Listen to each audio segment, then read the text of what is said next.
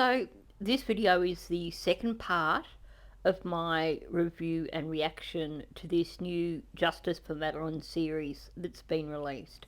So this has been put together by a journalist called Mike DeForest, and from what I've seen so far in parts 1 to 3, it's been really well researched. He has got the FOIA documents, videos, etc., all the photos, and put together a really well structured series. He's broken it up into various topics, as you can see from the screenshots that I've got in front of me there. And he's really dug in. Now, obviously, as a professional journalist, he hasn't had the time to dig in as much as some content creators have. So I did notice a few things in the previous review that I did when I did parts 1 to 3, where there are a few things where I just wanted to make a few corrections, and they were mainly things where you really need to go through all the interviews and really dig into the documents to actually get a clearer picture of those things. So I would not say that this series is putting out misinformation.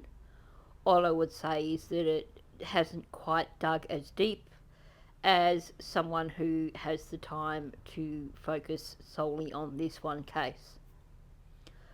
Now, before I continue with this, for those of you who are somewhat new to my channel, I should probably mention, because today's a little bit cooler, which means that currently my chihuahua is snuggled up under her blanket and my other dog is snuggled up in her basket.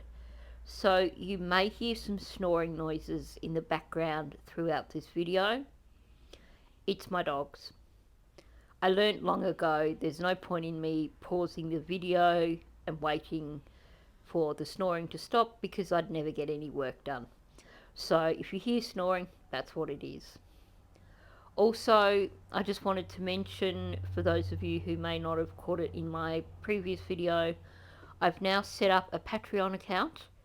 It is a free Patreon, so you just go over there, you sign up to my Patreon, and under that membership you have access to the documents that I cover in my cases. I have put a few tiered memberships up. There's a $1, which is US $1, so for us in Australia it's a little bit more expensive, and a $2 tier. So I kept it as cheap as possible, and they're just there if you feel like offering support for my channel, like financially. But in terms of documents, the majority of documents that I will put on my Patreon will be free to all members, whether you are paid or free.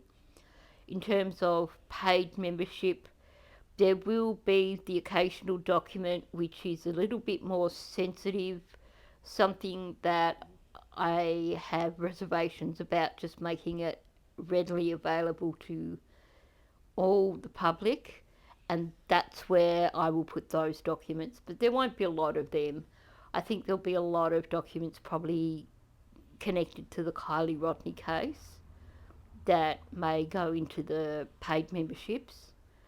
In terms of the Madeline Soto case, there's nothing at the moment that comes to mind for me that I would need to put under the paid memberships.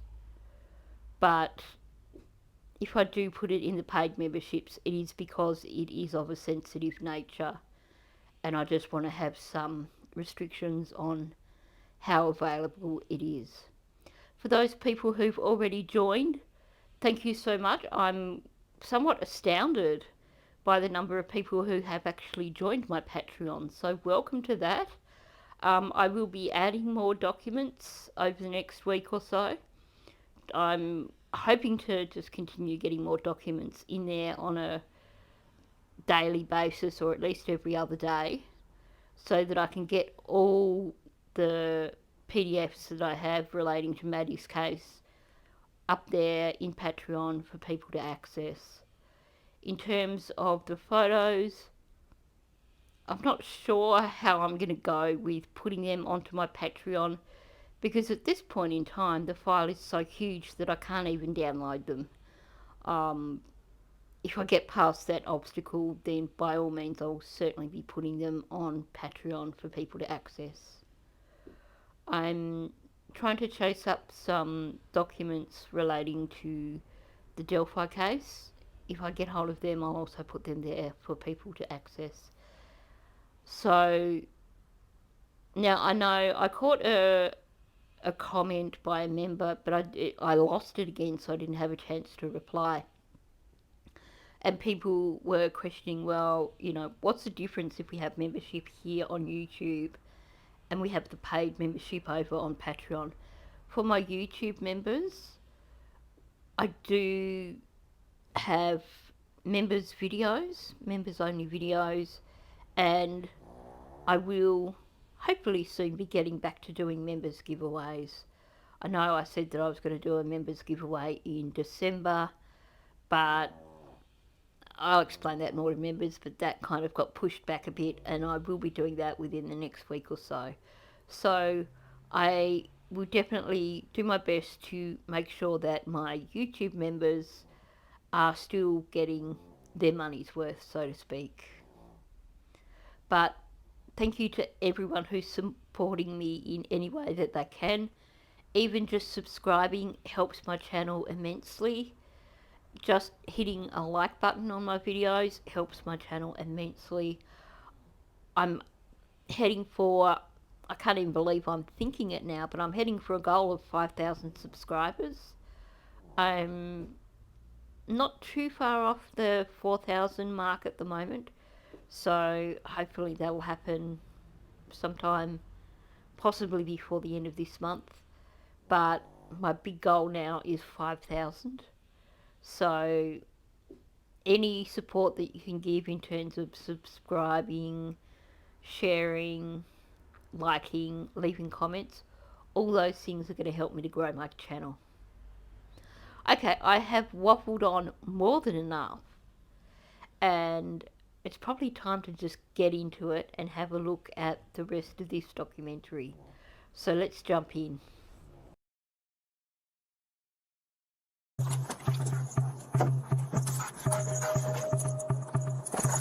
A police canine trained to detect the scent of dead bodies checks out a silver Lincoln MKZ belonging to Stephen Stearns, the last person to see 13-year-old Madeline Soto alive. The dog does not appear to notice anything unusual. The canine handler then brings the dog over to a white Nissan Sentra belonging to Soto's mother, Jennifer. According to investigators, the canine alerted to possible human remains near the rear passenger wheel well.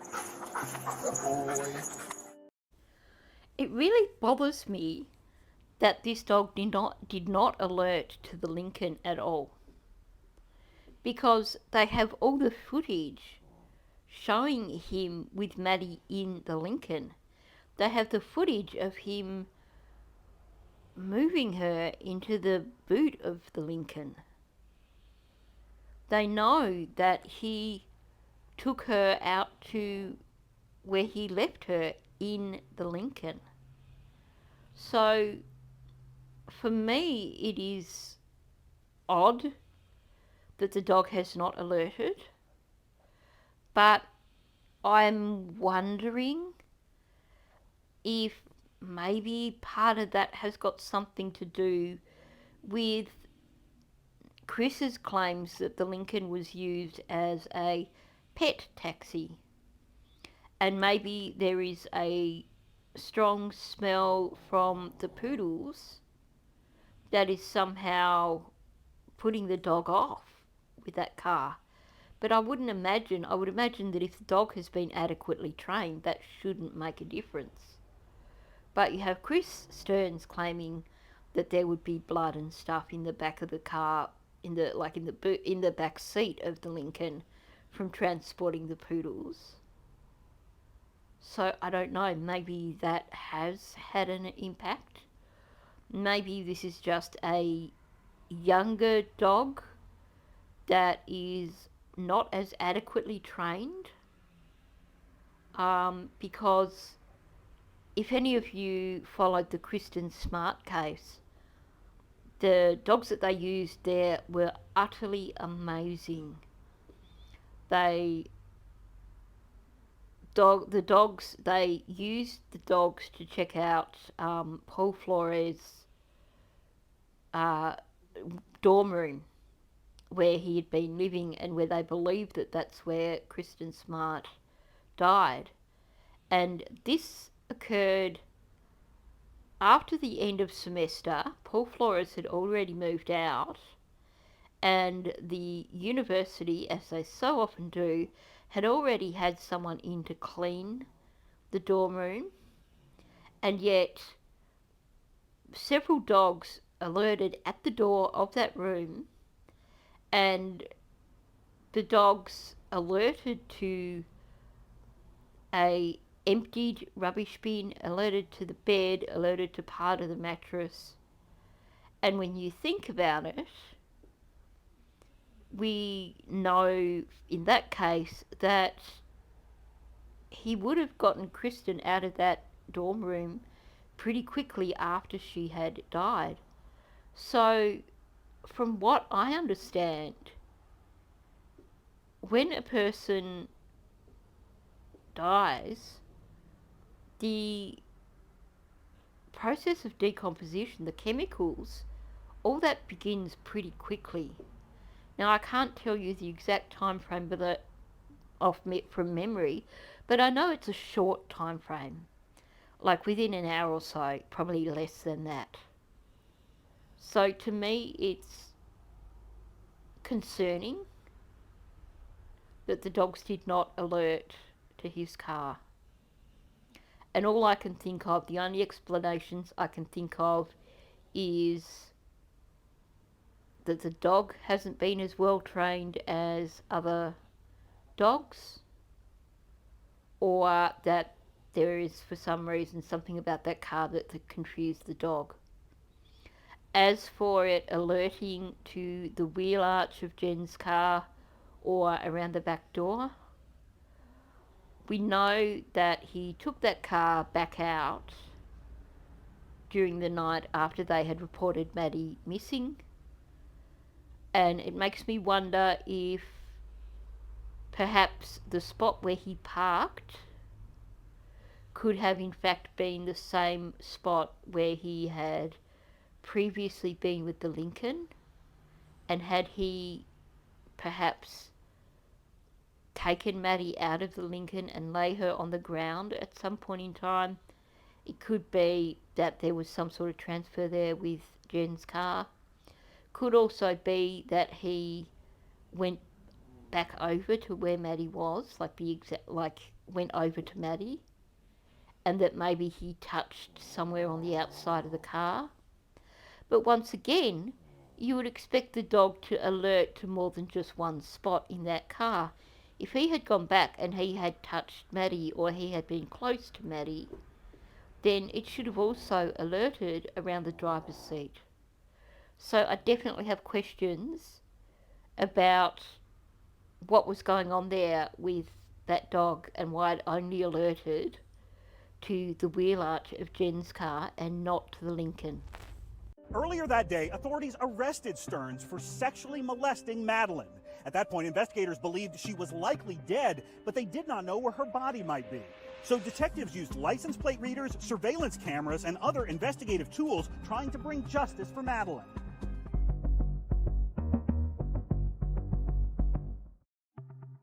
What was she last seen wearing? Green hoodie, Green hoodie, white Crocs. white Crocs. Stearns told investigators he and Madeline woke up in their Kissimmee condominium early that morning, climbed into his silver Lincoln, and headed off to school. We made such good time. I mean, we were so impressed. We made such good time getting out the door. I mean, we were probably out by 7:30, 7:45.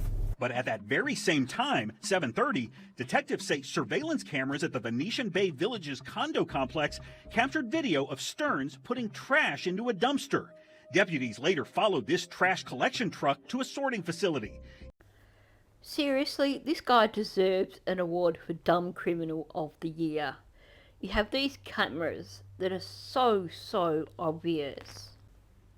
And at the end of the day, it is a gated community. Is he really so dumb that he thinks that he could get away with doing something within a gated community and not be caught on camera somewhere? It's quite amusing, really, when you think about just how incredibly stupid this guy truly is. It's also incredibly fortunate that he's so stupid because he made it so much easier for detectives to do their job.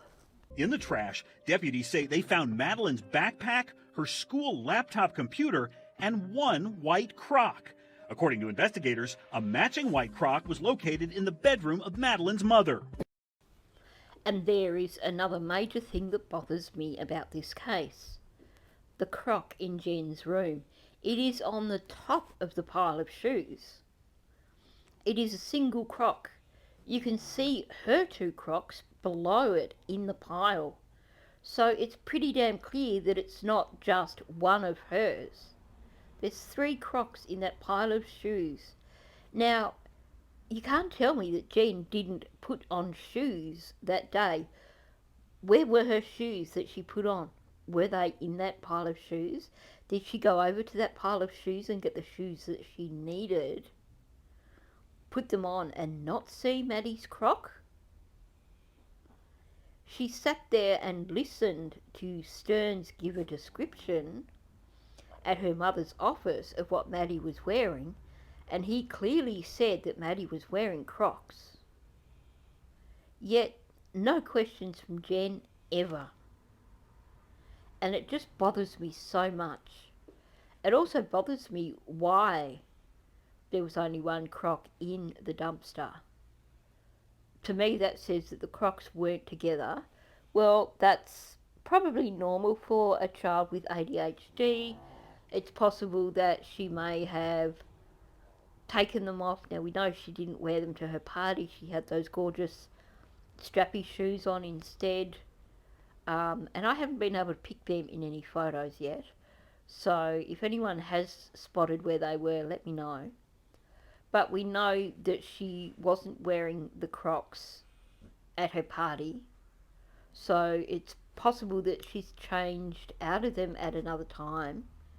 And is it possible that she's changed out of them? Maybe she's slung one across the room and the other one didn't quite land in the right spot?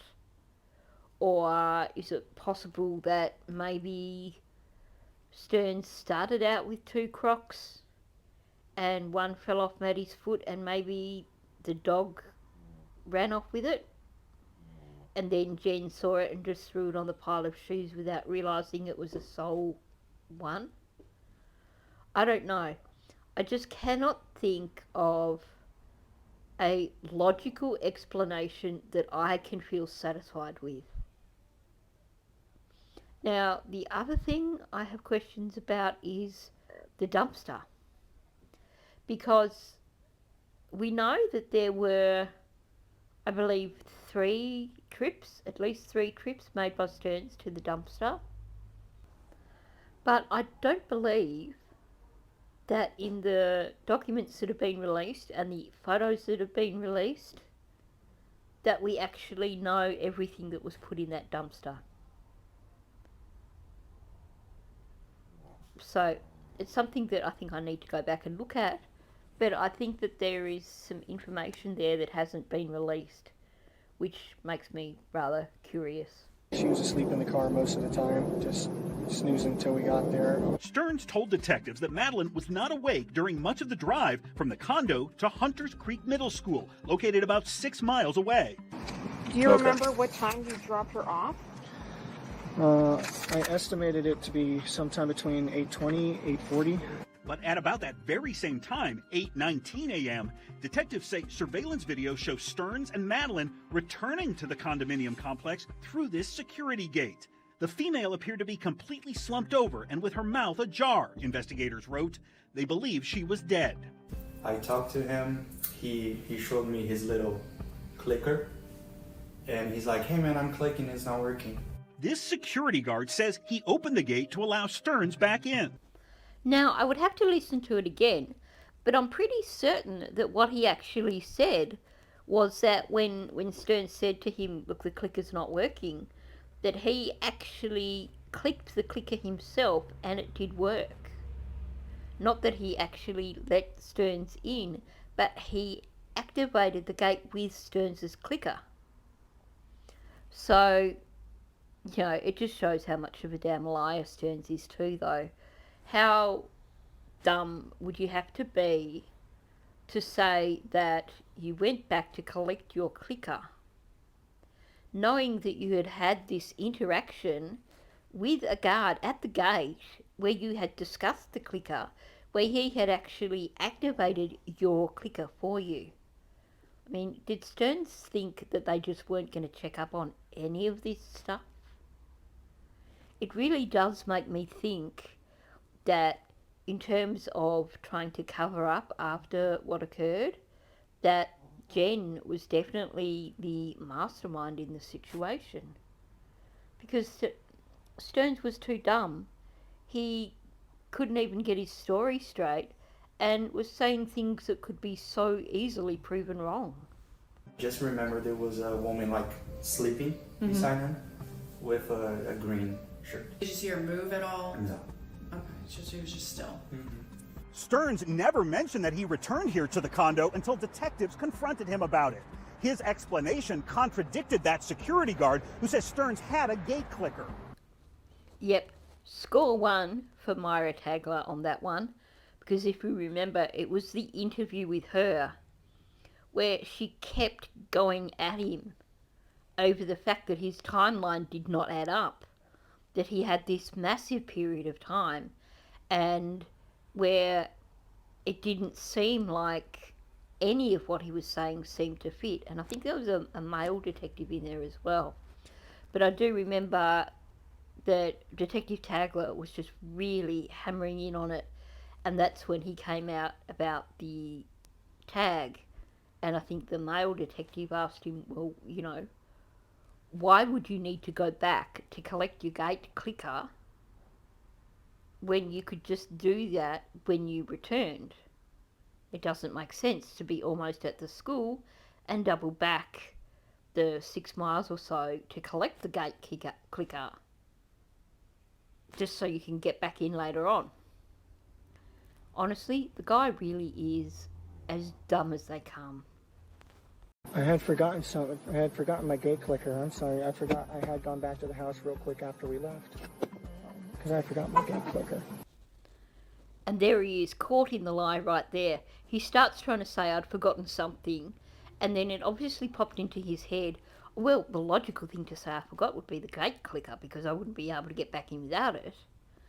He didn't think it through very well, did he? What a twat.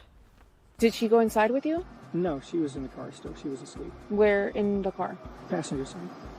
Stearns told investigators he left the condo again and took Madeline to school. But instead, it appears he came to this area around SeaWorld, miles away from her school. At 9:02 a.m., investigators say those traffic cameras up there captured video of Stearns driving through this intersection with Madeline's lifeless body. Now, what I find interesting about that, Jen actually claimed that Stefan knew nobody around SeaWorld, and she was like, what was he doing around SeaWorld? But when you listen to the Stephen Young interview, that's where he used to live, in that area. So Stearns was familiar with that area, and I find it interesting that he had headed back out that way. He must have had somewhere in mind there, and then suddenly realised it wasn't going to work in terms of where he had intended on taking Maddie. Perhaps. At 9:35 a.m., cameras at an Orlando office building reportedly show the silver Lincoln entering this parking garage. According to a report, Stearns can be seen moving Madeline's body from the passenger seat to the trunk of his car, which was filled with other belongings. It just breaks my heart when I see that image of the trunk of his dad's car and see how already crowded it was. And then they talk about him putting Maddie in there. How can a person just be that callous, that uncaring, that unsensitive? You know, what was his words about, she knows nothing but love in this house? Well, sorry, Stefan, but what you did was not showing love. And how cold of a person he didn't even try and move things out of the boot of his car. He just put her in there on top of all that stuff. It's heartbreaking. It's just unfathomable. He's such a horrible, horrible person. At 10:14 a.m., cameras captured the Lincoln returning to the condo again. Detectives asked Stearns why it took him nearly 2 hours to get back from Madeline's school. Can't explain it. I wasn't going anywhere in particular. I wasn't doing anything in particular. At 12:19 p.m., security video reportedly shows the silver Lincoln leaving the condo once more. Using images of the car from license plate readers and traffic cameras, investigators say they can prove the vehicle traveled east from Kissimmee along US 192 towards St. Cloud. According to detectives, the last documented sighting of the Lincoln was near Hickory Tree Road, where it turned south off 192. That just happens to be about 9 miles from the spot where investigators would later find Madeline's body. It's a bit hard to spot on their map, but the spot where Maddie was found, the road actually does a dog's leg type turn there, like it's a fairly sharp right hand turn. But I think looking at their map, it just gives you a pretty clear picture of what Stefan was trying to do.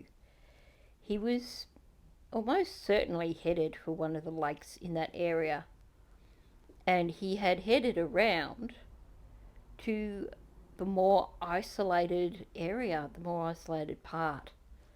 I wonder if he had attempted to go off-road in his car and that's how he got the blown out tyre, or whether it was just fortunate that someone maybe left something on the road that punctured his tyre and caused it to happen. But I think, I like the map that they used because it just gives you a bigger view of the area and just shows how, well, it gives a clue into what was going on in his brain at the time anyway. I think the theory that he was headed for a lake area is probably quite accurate. I had a couple errands to run over on 192. While driving to some stores in Kissimmee, Stearns says he got a flat tire, but he could not tell detectives exactly where he stopped to put on the spare. I'm so sorry, I'm drawing a blank as any specific businesses or names. These police photos show the rubber tire was completely shredded off the wheel. While changing the tire, Stearns says he injured his hand. Now, since they have so very conveniently put the image up while they are discussing this, I just want to point out that had he truly caught his hand between the jack and the vehicle,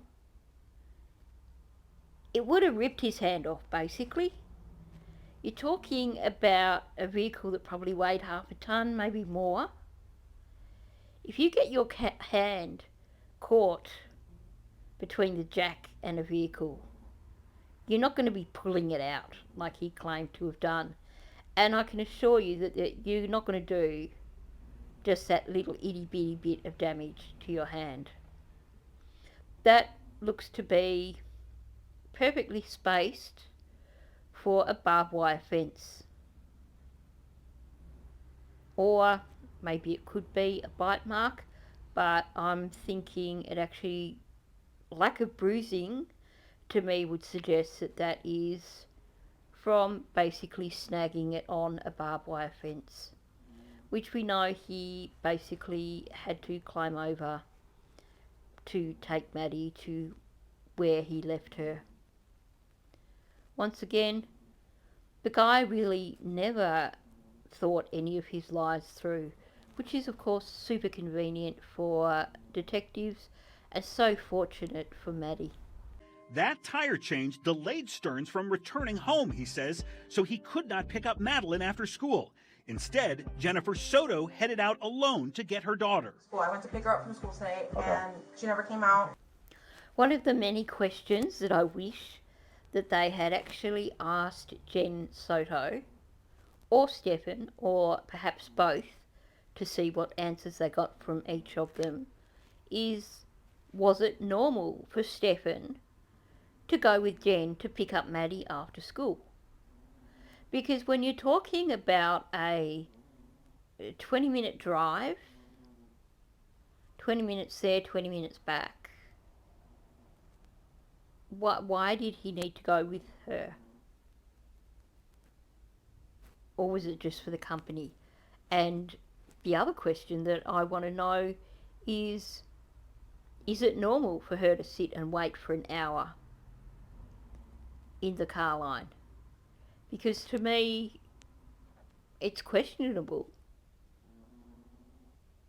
I gather that maybe it does take a while to get to the front of the car line if you're doing pickup. But surely,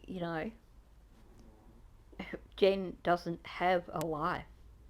So why would it matter if she wasn't the first car in the car line and didn't get back to the house for another 10-20 minutes? You're talking about a maybe 10-20 minute delay as opposed to an hour's worth of time just to be at the front of the line. Where's the logic in that? That's up there with going back to collect the clicker, which Stearns had, but you know what I mean. Jennifer Soto reported her daughter's disappearance to law enforcement that evening, launching the missing child investigation. Okay, I think it's really, really important here to acknowledge that it wasn't Jen that called 911. It was actually her stepsister, Letitia. And it was Letitia who made the second call to 911 to follow up.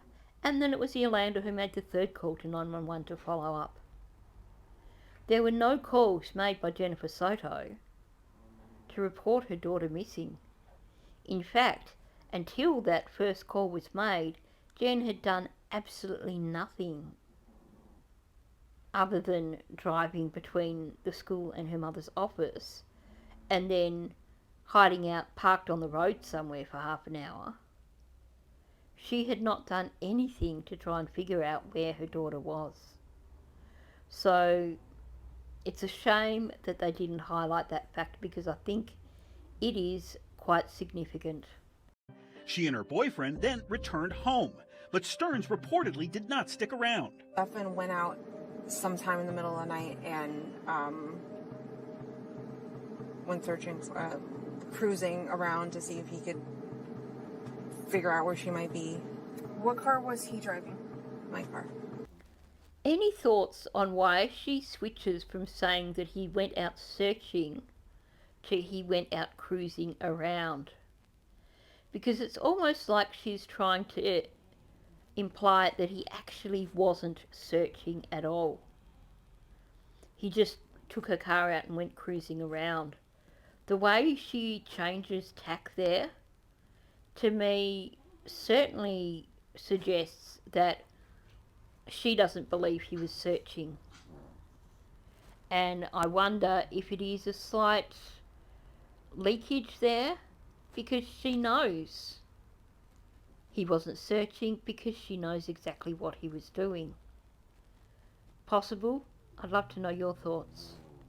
Detectives say they have images showing Jennifer Soto's white Nissan leaving the condo around 3 in the morning and then taking the exact same journey towards St. Cloud that Stearns reportedly made hours earlier. A police canine indicated the Nissan may have come in contact with a dead body at some point. Okay, there's some clarification needed there, because the vehicle doesn't need to have actually come into contact with the dead body. You can have transfer or it just had to have been super close. Now we know it wasn't super close because obviously it had to go through over a fence to get to where Maddie was. But I believe that what the dog smelt was probably transfer from Stefan touching Maddie, or at least touching foliage that was around where Maddie was located. So just that little bit of clarification there, because we know that he couldn't have driven that car into the paddock where the bamboo was. Stearns denied knowing anything about a late-night trip in this car. I don't recall us going anywhere last night, but honestly, at that point my brain was mush and I was on so many tranquilizers. You know what amazes me? His lies are so blatant and so obvious that it makes me question how his parents enabled him for so many years.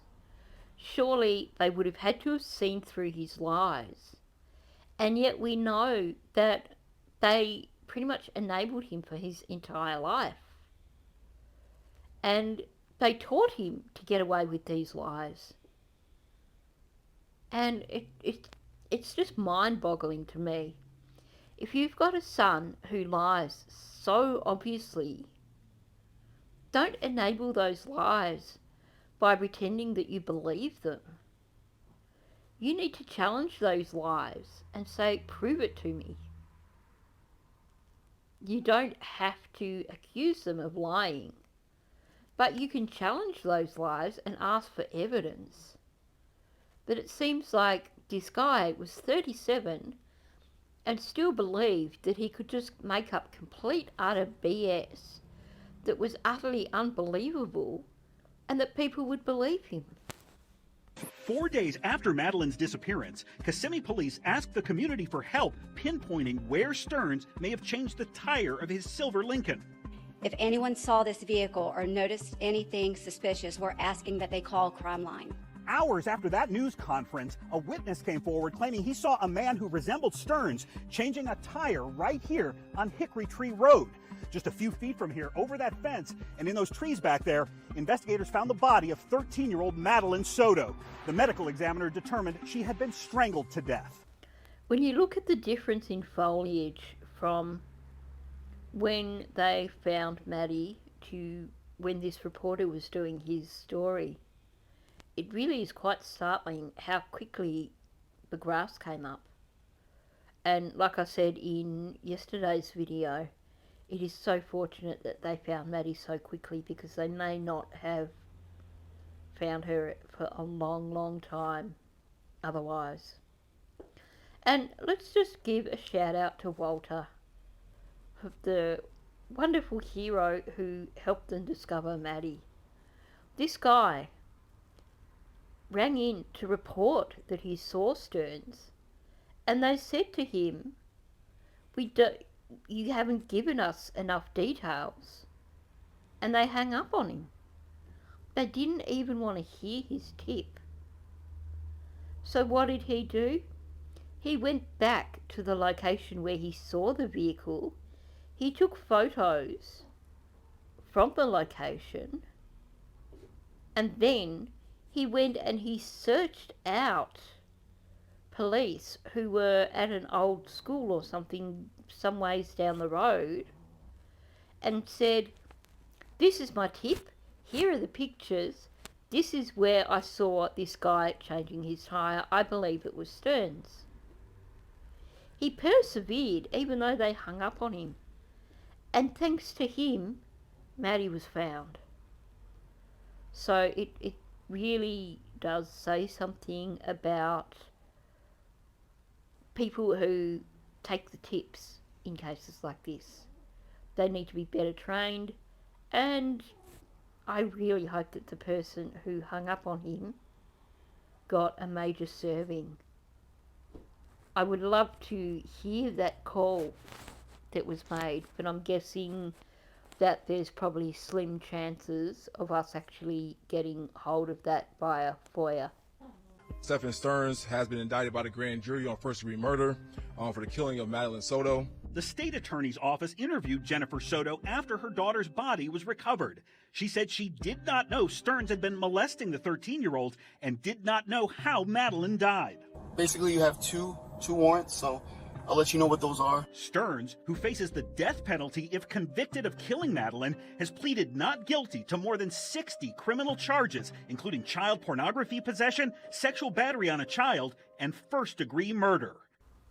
Honestly, I can't figure out if the guy is just a complete utter spineless git, and that's why he hasn't pleaded guilty, or if he's just in this utter fantasy world and he thinks that having talked himself out of everything for his entire life, that he thinks he can still talk himself out of this one.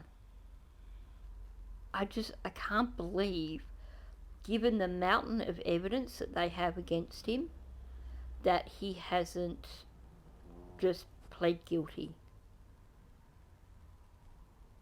I think in some ways it's fortunate, because I think most people want to see him get the maximum penalty. So for that to occur, it's probably better if he doesn't plead guilty. But at the same time, look at the insane cost that a trial is going to be. All that money down the gurgler for someone who is so obviously guilty. So that side of it is really, really frustrating. You know, Maddie deserves her justice. But the right thing to do here, given there's no way that he's ever going to walk free, would be for him to just admit guilt.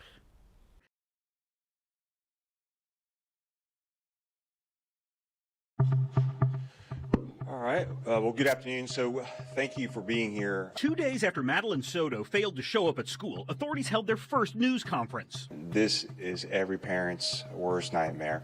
That news conference was held here at the Orange County Sheriff's Central Operations Center. Now, unbeknownst to the reporters who were gathered inside, 2 key witnesses were also in this building that day being questioned by detectives.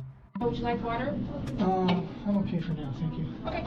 In one room, Stephen Stearns. In a separate room, Madeline's mother, Jennifer Soto.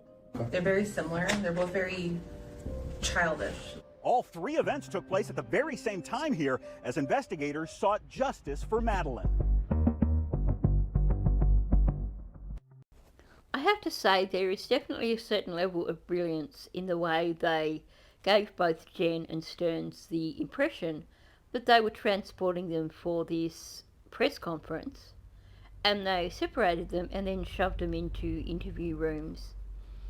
And boy, did they nail them hard in those interviews.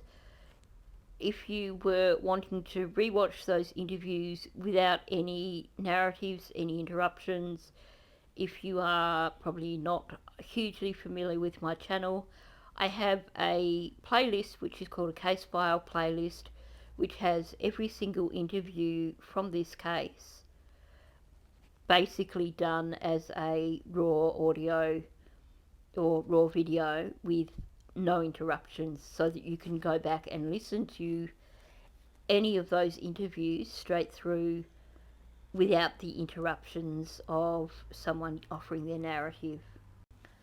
And I will say, as annoying as Stephen Stearns is to listen to and watch, there are some very, very satisfying moments in that video of him being interrogated. First of all, the one where they come in and tell him to move out of the good chair. And later on, after he's been placed under arrest and been totally humiliated by the female officers, when he is after a drink and he has to grab the plastic cup in his mouth, and I'm sure he got most of it down his front. It was too hilarious. And yes, definitely when the female officers undressed him, that was quite amusing. I will just mention, for anyone who is considering putting in their own FOIA requests, because I'm going to just say now, I'm not going to put the original video of Stearns' interview on my Patreon. And the reason for that is because they did not do a really good job of redacting that video. And the video that I received when I was editing it to put it on my channel, thankfully I do these things, because once you've seen it, it's traumatizing. Very little, but traumatizing, if you know where I'm going with this. Basically, had I not been careful and going through the video before I put it up on my channel, I could have had my channel taken down because of it. And I still can't get that image out of my mind. So be warned, if you do a FOIA request for that video, just be prepared when they start undressing Stearns. You get more than you bargained it for.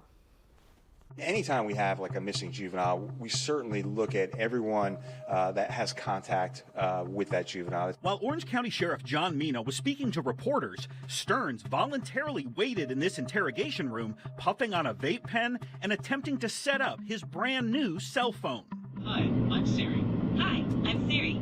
Hi, I'm Siri. Stearns' original cell phone had been seized by detectives the previous day. That phone contained photos and videos of Stearns sexually molesting Madeline, according to what investigators told the 13-year-old's mother in a nearby room.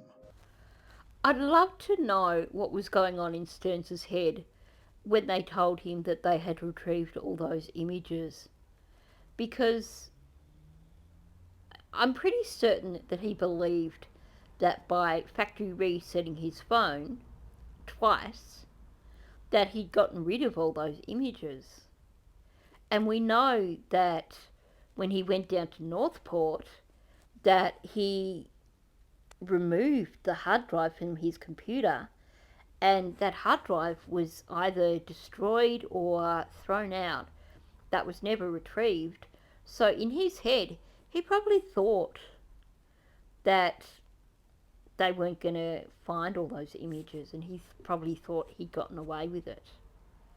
So I would dearly love to have known his reaction when he found out.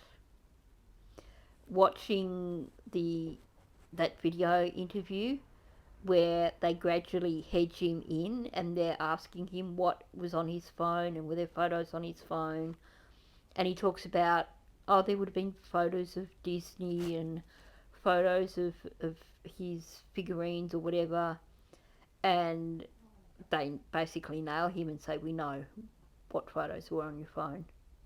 And it's so worth watching it for that. But honestly, the guy is so dumb, is he not? So, we have these images, and unfortunately, over the last maybe 2 or 3 years, he's been doing and things like that. What makes you guys? We have photos. We have his phone. We were able to get into his phone. Did you ever suspect anything like this? No? Honestly, she's so obvious when her voice is like almost inaudible when she says no there.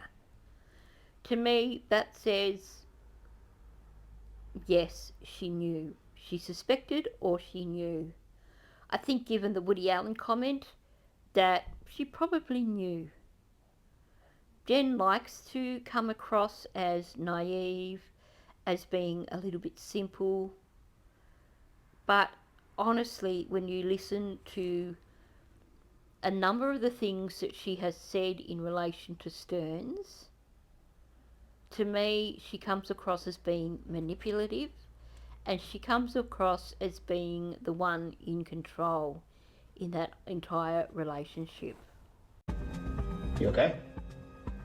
How are you feeling right now? I can't breathe. Is this a surprise?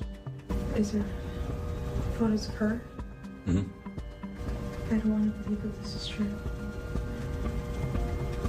Can I see some of that evidence? They picked their clips really, really well for this series, and I think that's one of the things that makes it so good.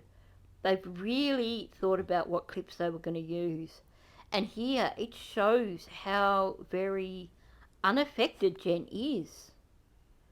Yeah, you get the quiet little voice, but that's standard from Jen when she's either lying or she doesn't want to answer. And can we acknowledge when they say, "Are you all right?" or whatever, and she says, "I can't breathe." She was breathing fine. She had no trouble getting the words out. And then to ask to see the evidence. By this stage, this woman should be either flying into a blind rage or just going to pieces. But neither of those things happened. And it just baffles me that people are still trying to say that Jen was the victim in this. To some extent, yes, I believe that at some point in time he targeted her because she had a child that he was interested in. But I think Jen is a lot more controlling than a lot of people give her credit for. As Stearns was taking a nap nearby, detectives described the graphic images to Soto. I literally thought I was coming here for the press conference, but this is not what we're here for. I know, and it's unfortunate that, you know, these are the details that we found. I believe you when you talk to me about those images. Mm-hmm.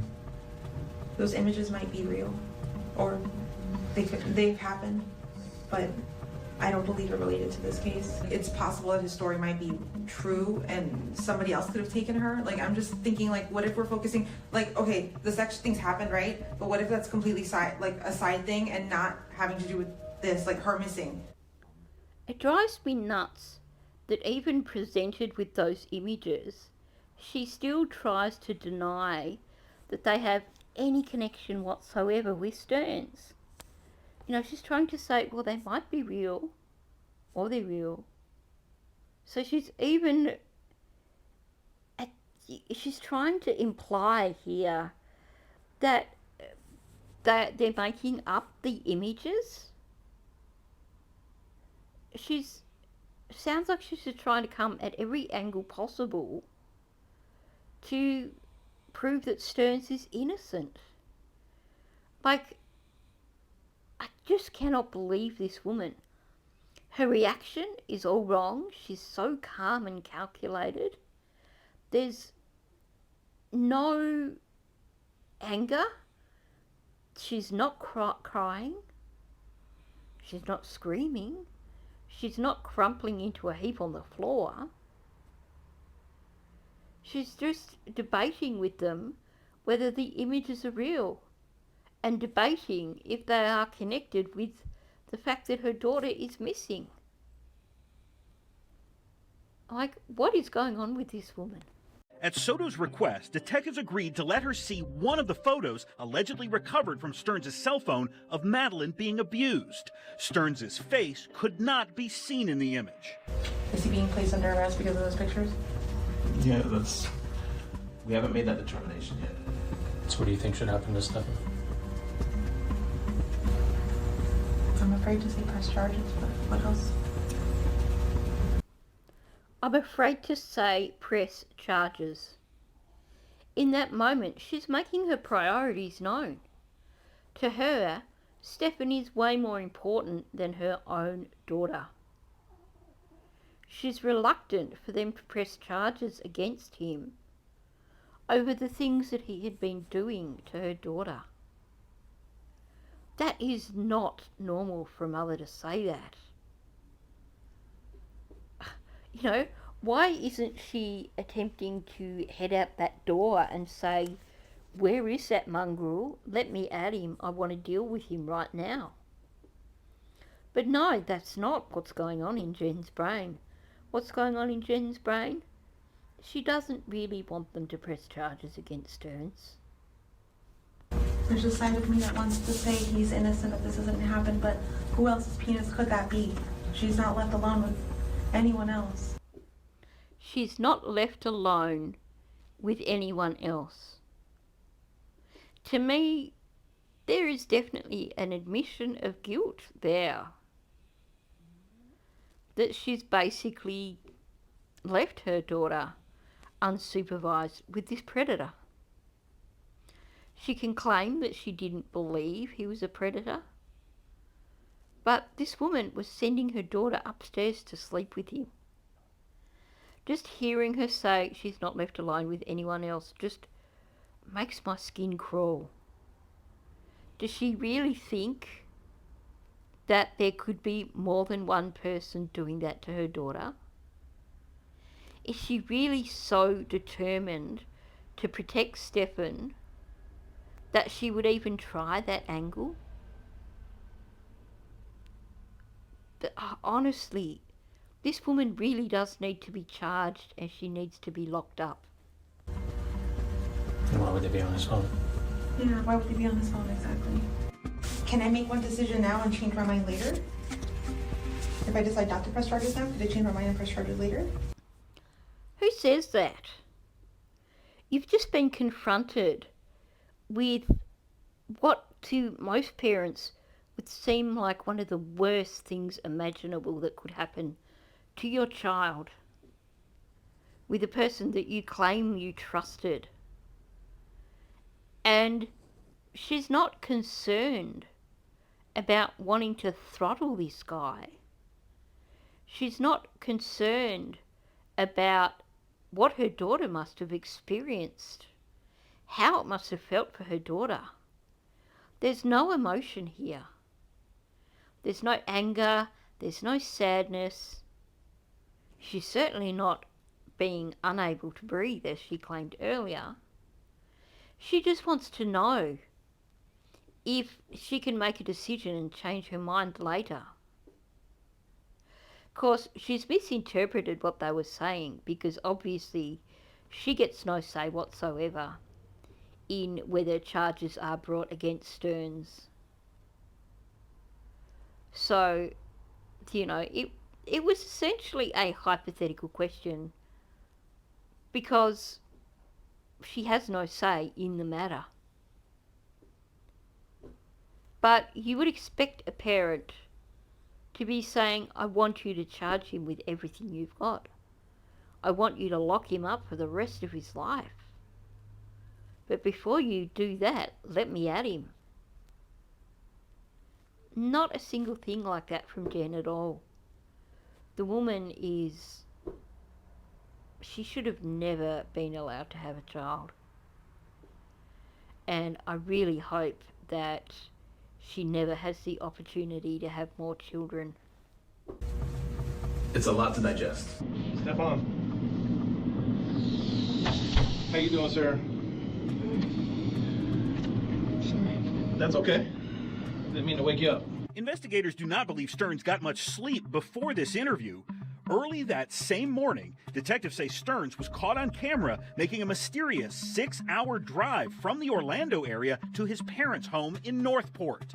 While there, authorities believe he logged into his family's Wi-Fi and unsuccessfully tried to destroy the sexually explicit images from his Google account. Honestly, it amazes me. So, I mentioned this in the previous video. You've not seen any creators put images of the Stearns' house up on their channels. Up until now they're talking about this series, and this series has posted heaps of images of the Stearns' house. I find it ironic that they have posted images from several angles, and yet they've still blurred out the house number on top of the garage there, which I presume that's what it is. The images I've got aren't as clear because they are from Street View, so they're not as close. But I do want to acknowledge one thing since we are looking at this house.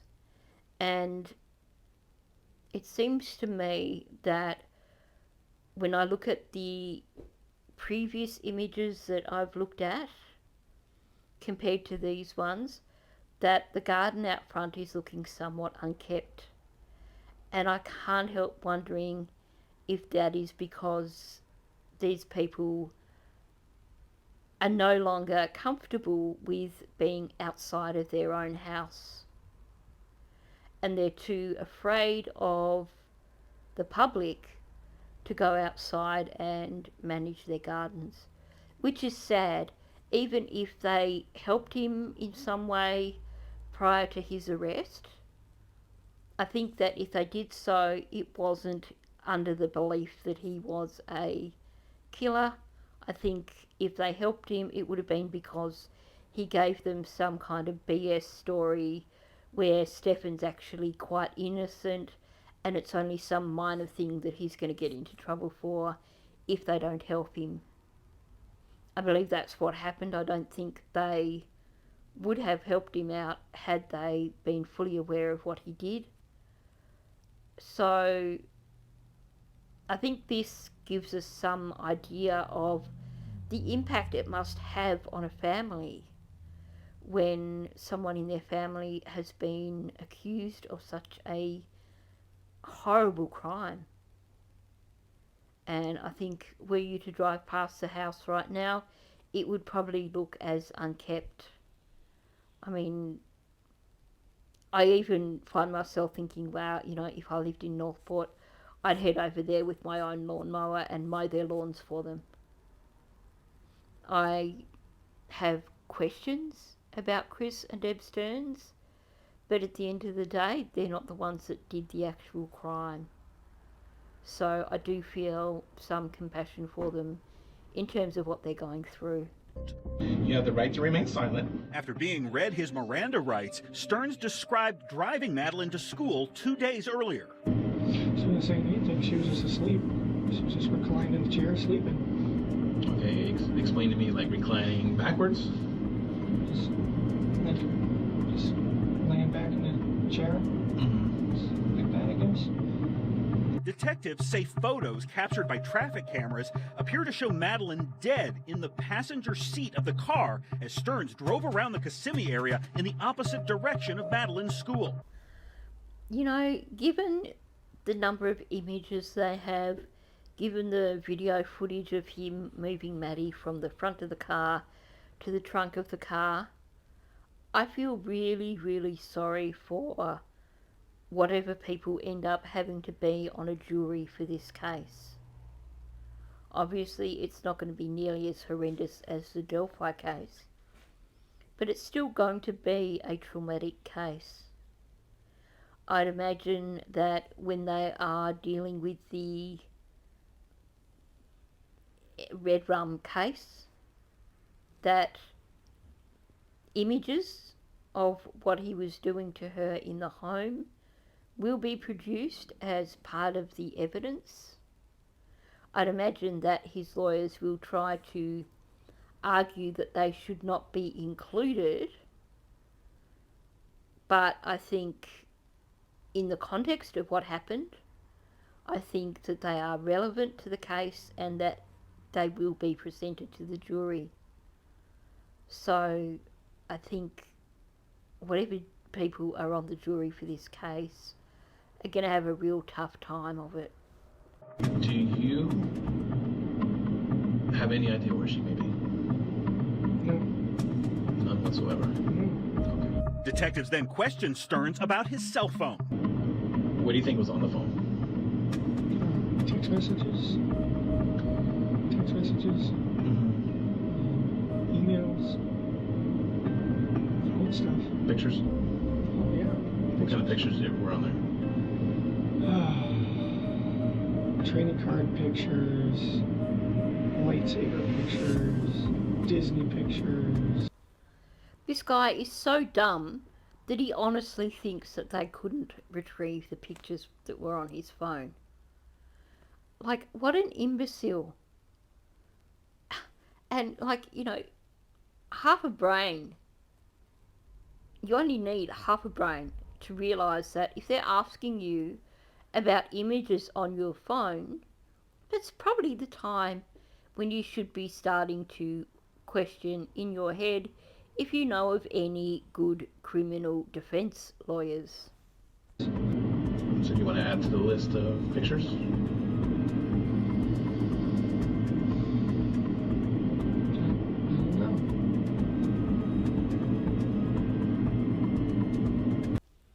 Note how he doesn't say straight out, no, he doesn't want to add to the list of pictures, but rather, I don't know, very uncommittal. But the other thing that I noticed here is that he does not give eye contact with the detectives whatsoever when they ask him this question. I'm so glad that this was included in this series, because this is that brilliant moment when you get to see Stearns being completely nailed and his whole world just comes crashing down on him. Should I be talking with a lawyer right now? After Stearns requested an attorney, detectives arrested him on charges of capital sexual battery and possession of child pornography. And if you could put your hands out like this. Crime scene investigators photographed Stearns. If you could open your mouth. And they collected a DNA sample. If you could take off your shirt. Investigators seized Stearns' clothing, which he had been wearing since Madeline's disappearance. I love that they called in their female officers to do this. It must have been just so emasculating for him, and I realised that would have been the intention. You can tell that everyone who dealt with this guy just found him to be so utterly despicable, and they wanted to humiliate him as much as they possibly could. And I suspect that's why, when this particular video was sent out, that it was not adequately edited, and that when images were sent out, that there were images sent out that weren't redacted, that probably should have been redacted. Because I think while they didn't consider that it could be traumatic for people receiving these FOIA documents, their goal was to just basically emasculate this guy as much as possible. But definitely a great choice pulling in the female officers. That said, I feel so sorry for these female officers for having to deal with this scumbag. Don't do anything squirrely, man. You will eat the carpet. Do you understand? Okay, can we just acknowledge the legendary status of that officer? That line has got to be one of the quotes of the entire year. Don't do anything squirrely, man. You will eat carpet. Do you understand? Honestly, it would have been worth seeing something happen right there, because I think it would have been utterly hilarious. And I'd imagine that they all have adequate training, that it would have taken 2 seconds to get him on the carpet, and man, that would have been humiliating for him. Don't do anything squirrely, man. You will eat the carpet. Do you understand? They also took pictures of Stearns naked, so the images could be compared to the sexually explicit photos allegedly found on his phone. 2 days after Stearns was taken into custody, authorities found Madeline's body. A grand jury later indicted Stearns for first-degree murder. Hello, you have a call at no expense to you from Stephen Stearns, inmate at Osceola County Corrections Department. While in jail, Stearns called his mom and dad. Were you expecting these charges? No. Okay, so you got blindsided by that. Obviously, it's not true. I never would have wanted her gone for any reason, so, premeditated first degree is kind of a bunch. That is essentially an admission of guilt. Because what he's saying is that he wasn't expecting the charges of premeditated first degree. Not that he wasn't expecting the charges. He makes it clear, because he says, obviously I wouldn't have wanted her gone. So he's made it clear what he's talking about here. It's not the charges that were a surprise for him. It's the premeditated first degree that were a surprise. Well, guess what, Stefan? You're in for more surprises, because if you're that delusional, you're going to get a surprise when a jury comes back with a verdict of guilty. And that is going to happen. Stearns' father asked about the night Madeline was last seen alive. It was shaping up to be a great week and a great visit. You know, there's no reason for anything to happen that happened. I think I might do a separate video where I just go through that entire Jailhouse phone call, because there's so much in it. Again, that was another admission of guilt from Stearns. That, you know, there was no reason essentially for what happened to have happened. Meaning that he's admitting what happened. But at the same time, if we're supposed to believe that he only spent a couple of hours with Maddie before she went to bed, how is that shaping up to be a good weekend? That's hardly any time to make an assessment. And we know Maddie was kind of upset after her birthday. So we know that was a lie. So yeah, I think I will do a listen through of that phone call and just comment on what was said, because I think there definitely are a lot of things in that. But can we just acknowledge how dumb this guy is? I think in that phone call there's probably about 3 admissions from him. Or at least there's 2 in the phone call, and I suspect that there's another phone call where he makes that big admission where he talks about him heading out to cool off a bit or something, or cool down, him putting her to bed, and then he went out to cool down a bit and came back and she was cold or something like that, which is such a huge admission. And I'm thinking that interview that his parents did with Hidden True Crime back in September, Chris said that he believed they weren't allowing Stefan to speak to his parents. And I suspect that it may have been his lawyer saying, you can't speak to your parents because every time you open your mouth with them, you basically are admitting guilt. So I wonder if perhaps his lawyer is preventing him from speaking to his parents to try and stop him from admitting guilt yet again. We're at a loss for understanding how all this came about. I mean, we're just totally baffled. Well, I didn't start it. Well, you didn't start it, but you participated in it, which is just as bad as not starting it. I really hope that they release some more phone calls in the near future, because I find these really, really fascinating, listening to the interaction between Stefan and Chris. I think that there's a lot in those phone calls. After Stefan Stearns was escorted out of this door here at the sheriff's office in handcuffs, Jennifer Soto was allowed to leave out a side door and spent the night with family. But investigators were clearly suspicious of the mother and dragged her back in for questioning 2 more times. I have to say, I would dearly love to see what the evidence is that they've got on Jen. They've not released the bulk of her phone records. There's so many things that relate to Jen. There's nothing in the surveillance images that's been released in relation to Jen. There's little tidbits here and there that certainly suggest that she is definitely not innocent, but there's been so much that's been held back.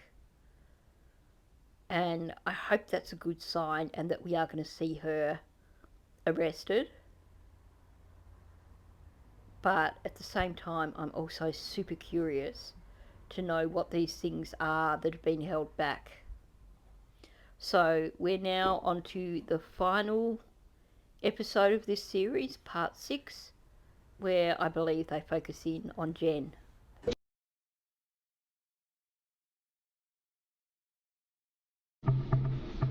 With all kinds of people still. Jennifer Soto arrives at the Orange County Sheriff's Office for another round of questioning, 4 days after her daughter Madeline vanished, and 2 days after her boyfriend, Stephen Stearns, was arrested for sexually molesting the teen. You want me to go through the whole timeline? Yeah, Is that what we'll start with Sunday. Take me through Sunday. Okay. By that point, Jennifer Soto had been questioned by detectives at least 7 separate times. Her story remained mostly the same each time she told it, but detectives say they noted several inconsistencies as they sought justice for Madeline. Okay, I can appreciate that a journalist who has got other stories that he has to move on to and is only allowed so much time to work on this case is not going to have gone in depth in this case. But it kind of bugs me a little bit that he's saying that her story remained mostly consistent, because it really did not. There are just so many inconsistencies and so many lies in Jen's statement. And can we also not forget the inconsistencies between what Stearns has said and what she said? And I strongly suspect that if phone data was released, if surveillance was released, etc., if the rest of the cell phone data was released, that we would discover even more discrepancies. So, yeah, I think it is a little bit naive to say that there weren't that many discrepancies, because there really, really were.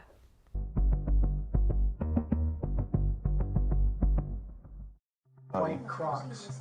White Crocs. Either blue or black pants. I think black shorts. Black shorts? Yeah. Black shorts? Okay. On the night Soto reported her daughter missing, the mother wrote out this statement for police. It says around 8 a.m. she saw Madeline getting ready for school. Soto swore the statement was true, but in later police interviews, Soto said she never actually saw her daughter that morning. I was handed this form, and I'm like, where do I start? What do I write? And somebody said, tell them what you saw. And so I started with, I saw. On one hand, her lies are definitely more sophisticated than Stephen's lies, but you can still see through them. That is not, oh, someone said to me, tell them what you saw, so I said, I saw. Why would you then say, I saw my daughter? BS. What a crock of S. Sorry, I'm trying to keep the language a little bit PC here. And to be honest, and I've done videos on this, I truly don't believe that she saw Maddie on the Sunday night either. So I think she has just lied so much. I think it's just that her lies are just a little bit more sophisticated than Stearns' lies, because whereas he's just come up with them on the spot without thinking them through, I think she's taken the time to think about her lies, but not really looked at the holes. And there's plenty of holes in her lies. And then I wrote out what I wrote out.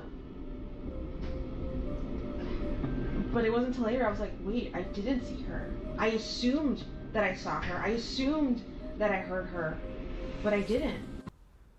You would expect a parent to be able to pinpoint the very last time that they saw their child before their child went missing.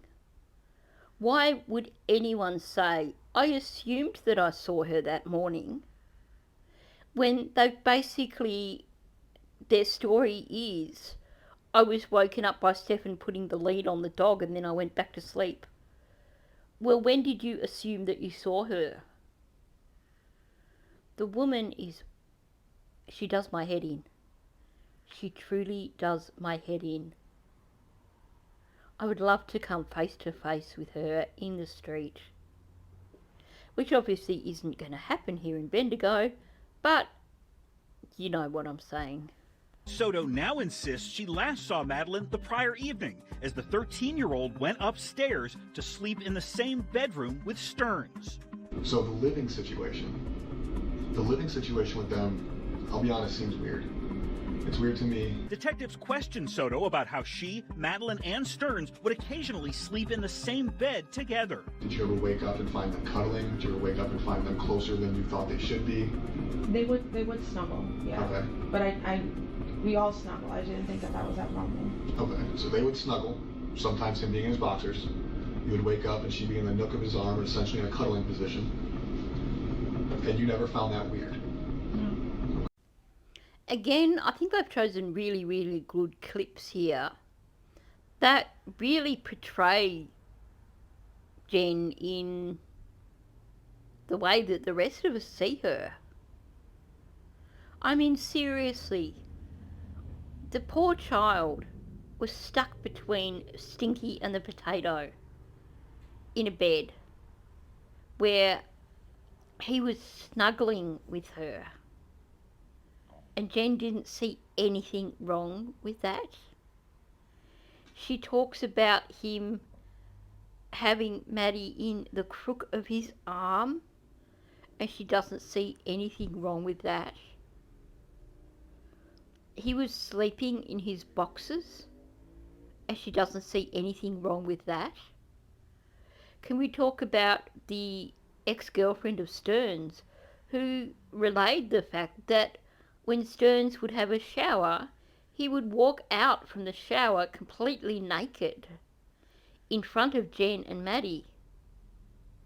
And Jen didn't see anything wrong with that. Honestly, what was going on in this woman's head? What would have been ideal with that particular interview, and just picturing it in my head, just like, as I think of it now, it would have been brilliant to have Detective O'Malley and Detective Tagler, like Myra Tagler, have them tag team on Jen. Because by geez, I reckon they could have got some stuff out of there if they were out of her, if they were tag teaming and interviewing her together. Soto told investigators she originally did not feel comfortable with Madeline spending the night alone with Stearns. I had a rule. She wasn't allowed to sleep in his bedroom at all. But over time, Soto says that rule went away. And I kept telling her no. I'm not comfortable with that. But eventually at some point, like we really want to watch, I forgot what movie it was. They really wanted to watch something and I was really tired. And I said, okay, fine. Go ahead, but this can't happen often. And yeah, I allowed her to go upstairs and sleep with him. I'm so glad that the makers of this documentary weren't sympathetic towards Jen, because I truly don't believe she deserves anybody's sympathy whatsoever. And they've done a really good job here of pulling out the clips that show what a completely despicable person she is. We know that she was more than happy to send her daughter upstairs to sleep with that man. So for her to claim that she was at one point in time not comfortable with it, BS. You know, we don't even know how many times it occurred. But let's be real here. The number of images that they've retrieved says one of two things. Either that things were occurring in her bed while she was present, or that she allowed Stearns to be alone with her daughter way more times than what she is saying that she actually did.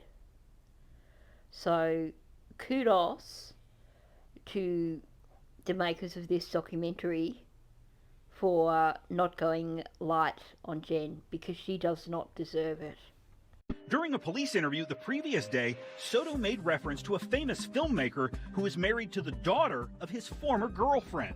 I've always told him that my biggest fear is that this would turn into a Woody Allen situation where the stepdaughter or the dad grooms the child and the child then turns 18 and ends up running away with him. I told him like that was my biggest fear and I don't ever want that happening. Like, you can't do that to me. Like, why would you say that to him? Because I never trusted. I grew up being told never trust a man. You know, I think if someone was to be coming into this case late and they didn't know all the ins and outs of this case, I would definitely recommend them going to this series and watching it through, because I think that they've actually pretty much covered nearly all bases here with this series. I can't think of anything offhand where I'm thinking they probably should have covered this, or they should have highlighted this some more. I actually think that the way they've broken it up is really good, and I think they've covered a lot of ground in what is essentially a 41 or 40-minute series. So definitely kudos to them, because they certainly giving a really clear picture of what was going on with Jen, and they well and truly nailed Stearns, I think. A few days earlier, detectives let Soto see a photograph that reportedly showed Stearns sexually abusing her daughter on the teen's bed. When you guys showed me the picture of her, I believed the sexual stuff, but I didn't want to believe that he had done anything evil to her. I'm like, no, what if he did this stuff fine, but what if she's still missing out there? What if somebody took her? What you just said is the sex stuff is fine. It's not fine. Hold on. After seeing the explicit photo, Soto says she told Stearns' father to hire an attorney for Stearns. So this journalist's name is Mike DeForest. Definitely worth keeping an eye out for things that he does in future, because he really is so thorough. I'm so glad that he brought up that clip, her essentially saying that she didn't think what he did was evil, and pointing out that she wanted to get an attorney for Stearns. I think he's really gone through and pulled out some of the most important clips from this interview and from other interviews. So yeah, definitely kudos to him for such good work. It makes me think that he was definitely following the case just privately before putting together this story himself. So he showed you photos of Stephen Reed? And No. the first thought you had is to ask his father if he should get a lawyer? Yes, he's done this to her, and that's not okay. But I swore I felt in my body she was still alive, she was still out there. I told Chris to get him a lawyer because I felt like you guys were chasing the wrong person. But you weren't. You're not. We showed you a picture. Whether she wants to do it or not, that is not consensual. And you prioritized him again. Now, I don't think the context has changed, but from looking at the way that they've edited these videos, where they've shunted a bunch of clips together and left out bits, I think that's why, from watching this, I first was like, hang on, I don't remember hearing these things being said. And I think the reason for that is because they have edited quite heavily in some spots, so that things are coming out different to how you would hear them in the unedited interviews. Like I said, I don't think anything that they've done changes the context, but definitely it seems to me that there has been a fair bit of editing where chunks of the interviews have been left out and then bits have been run together. And I know that I do in some instances, when I play a clip, I might remove some unnecessary bits, like long bits of silence. But I certainly don't edit it in a way where it goes from one thing that's being said to something that's said sometime afterwards. Just wanted to acknowledge this and see if that's how other people are perceiving how they're presenting this interview in particular. You You prioritized him by offering him or telling his dad to get him a lawyer. Not what the f did he do? Not, hey, we need to figure out what happened. No, let's protect Stefan. I was in shock. No, that's not shock. That is your natural instinct to protect Stefan. I don't care about him. I want him to go to jail. I want the worst thing possible to happen to him in jail. I know what happens to predators in jail. Like, I'm ready for that. Like, please. I don't give a f about him. I'm not protecting him. Have you noticed how she starts to show a little bit of heightened emotion? Not over her daughter, but over accusations of her protecting Stefan.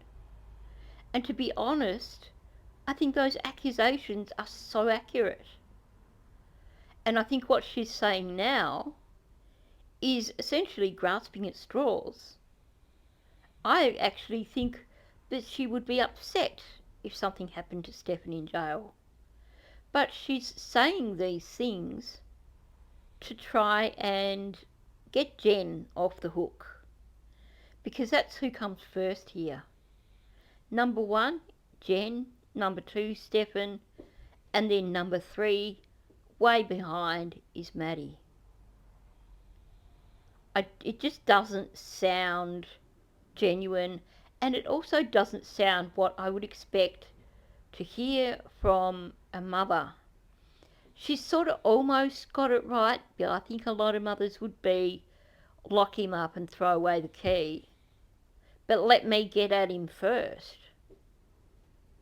But this is only coming out now with them accusing her of wanting to protect him. This did not come out when they were telling her what he did to her daughter or showing her images of her daughter. This is only coming out in response to them accusing her of wanting to protect him. This is an act because she doesn't want to be seen as protecting Stefan. Detectives repeatedly asked Soto where Madeline's body might be hidden. If I knew anything, I promise you, I would tell you. Like, I am willing to take a lie detector test, whatever the f you want, but I don't know anything. He's never mentioned anything. I've never seen any signs. I tried watching her like a hawk. I thought I was doing a good job, but I wasn't. How can we believe some of the stuff that you're telling us, or believe that you don't know?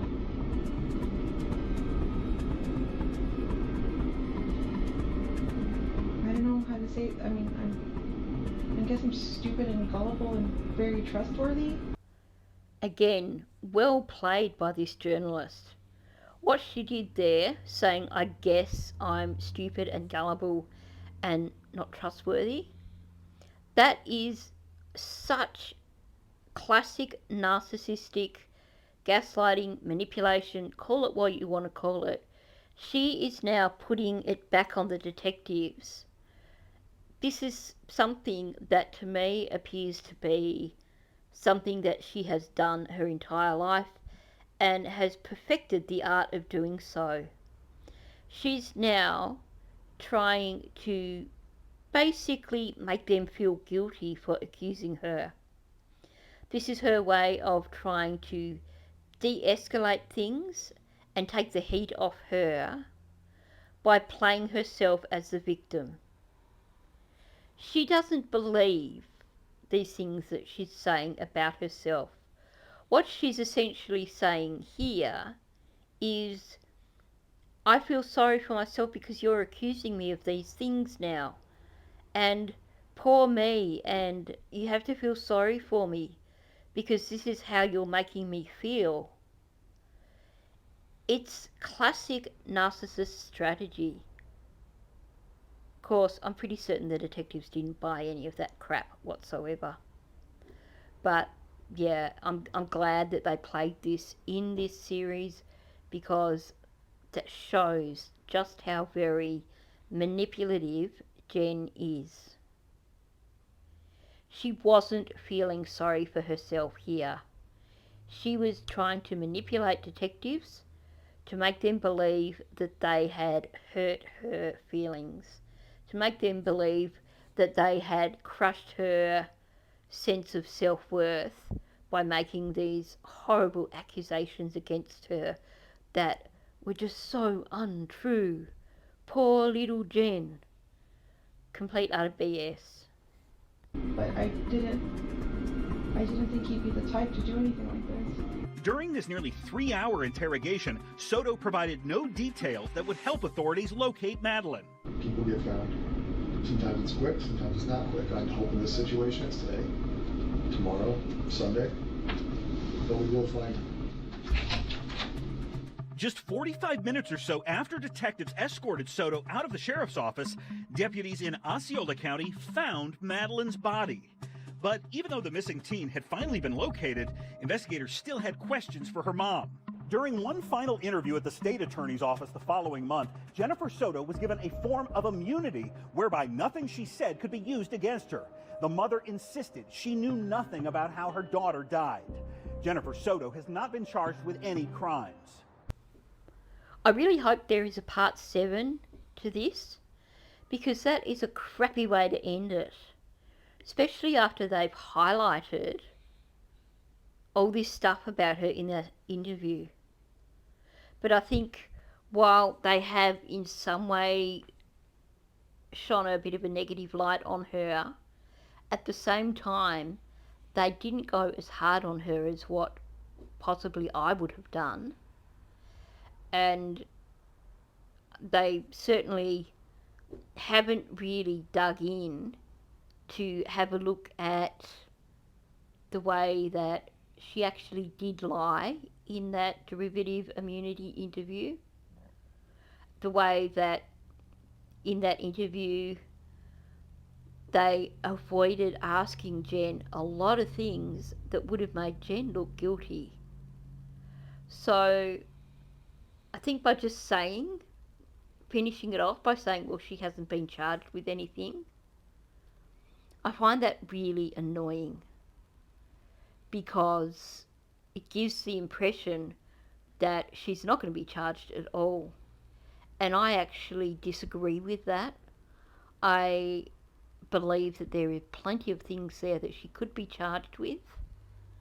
And when I look at things that haven't been released, when I look at the lies that were said in the derivative immunity interview, when I look at the things that were not said or not asked in the derivative interview, when I look at the times that during that interview they suddenly redirected the conversation before Jen could talk about particular things, I think that there will hopefully be charges in her future.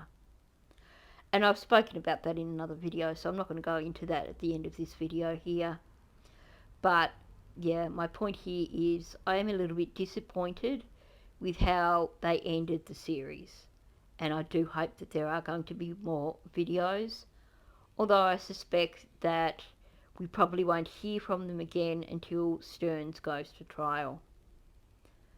Once again, a case of mainstream media doing a report on something and not having enough time to dig quite as deep as possibly they could. That said, like I said, I think he did a really, really good job, and I think he covered the case really well. But I would have liked to have seen it be a little bit more hard-hitting at the end.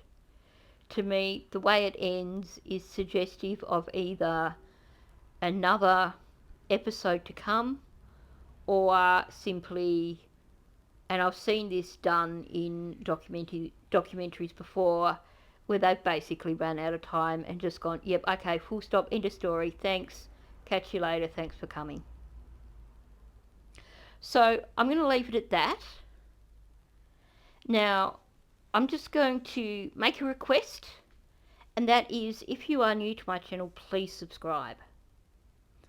I'm getting so close to 4,000 subscribers now, and I would like to see my channel keep growing. Also, please hit the like button and leave a comment below.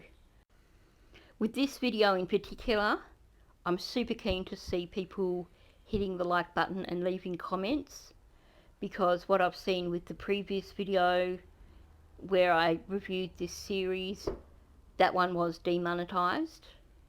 So I'm guessing this one will probably also be demonetized.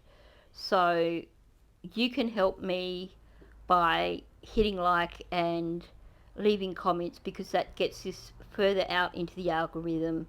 It gets more people seeing the video. Hopefully that way I will get more subscribers, and that will make up for these videos that are being demonetized in the long run.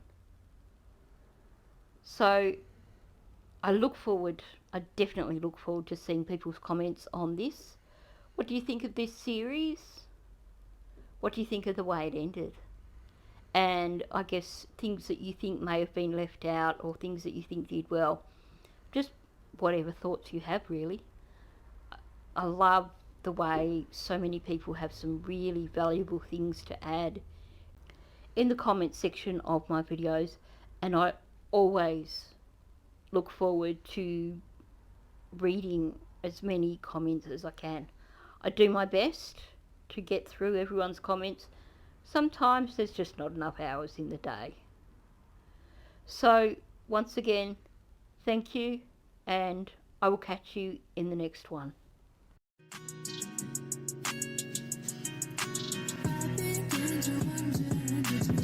Give a fuck about me.